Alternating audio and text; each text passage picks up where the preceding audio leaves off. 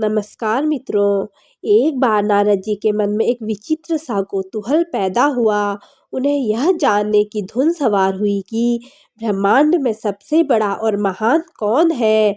नारद जी ने अपनी जिज्ञासा भगवान विष्णु के सामने ही रख दी। भगवान विष्णु मुस्कुराने लगे, फिर बोले, नारद जी, सब पृथ्वी पर टिका है, इसलिए पृथ्वी को महान कह सकते हैं, परंतु यहाँ भी एक शंका है। नारद जी का कौतूहल शांत होने की बजाय और बढ़ गया। नारद जी ने पूछा, आप स्वयं शंकित हैं, फिर तो विषय गंभीर है। कैसी शंका है प्रभु? विष्णु जी बोले, समुद्र ने पृथ्वी को घेर रखा है, इसलिए समुद्र उससे भी बड़ा है।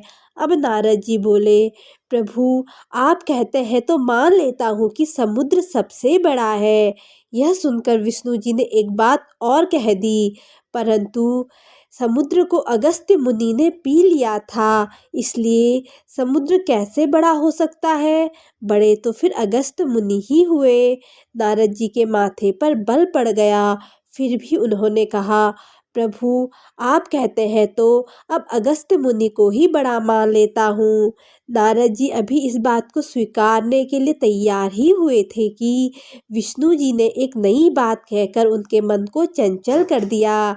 श्री विष्णु जी बोले, नारद जी, पर ये भी तो सोचिए कि वह रहते कहाँ हैं।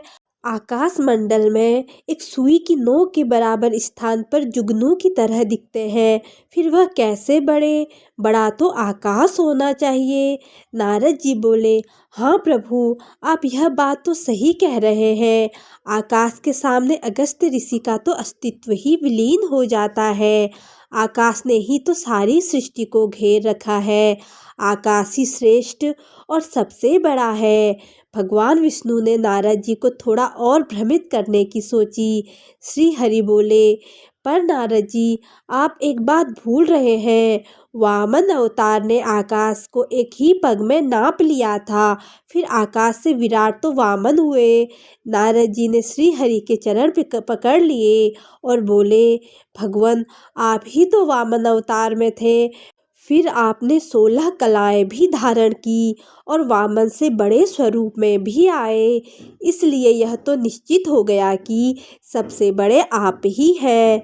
भगवान विष्णु ने कहा, नारद, मैं विराट स्वरूप धारण करने के उपरांत भी अपने भक्तों के छोटे हृदय में विराजमान हूँ, वहीं निवास करता हूँ।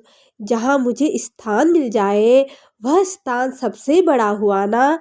इसलिए सर्वोपरि और सबसे महान तो मेरे वह भक्त हैं जो शुद्ध हृदय से मेरी उपासना करके मुझे अपने हृदय में धारण कर लेते हैं।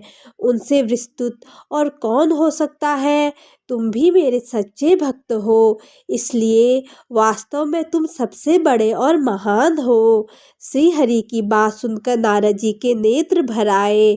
उन्हें संसार को नचाने वाले भगवान के हृदय की विशालता को देखकर आनंद भी हुआ और अपनी बुद्धि के लिए खेद भी। नारद जी ने कहा, प्रभु, संसार को धारण करने वाले आप स्वयं खुद को भक्तों से छोटा मानते हैं, फिर भक्तगण क्यों यह छोटे बड़े का भेद करते हैं? मुझे अपनी अज्ञानता पर दुख है। मैं आगे से कभी भी छोटे बड़े के फेर में नहीं पड़ूंगा। यदि परमात्मा के प्रति हमारी पूर्ण श्रद्धा, समर्पण और भक्ति है तो हम सदैव परमात्मा से परोक्ष रूप से जुड़ जाते हैं। भगवान भक्त के वश में है। भक्त अपनी निष्काम भक्ति से भगवान को वश में कर लेता है।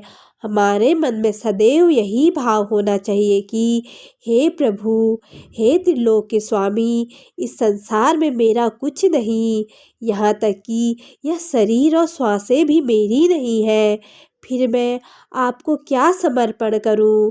फिर भी जो कुछ भी तेरा है वह तुझे सौंपता हूँ। आप ही सर्वेश्वर हैं, आप ही नियंता हैं, आप ही सृजनहार और आप ही संहारक हैं। जय श्री राधे कृष्णा।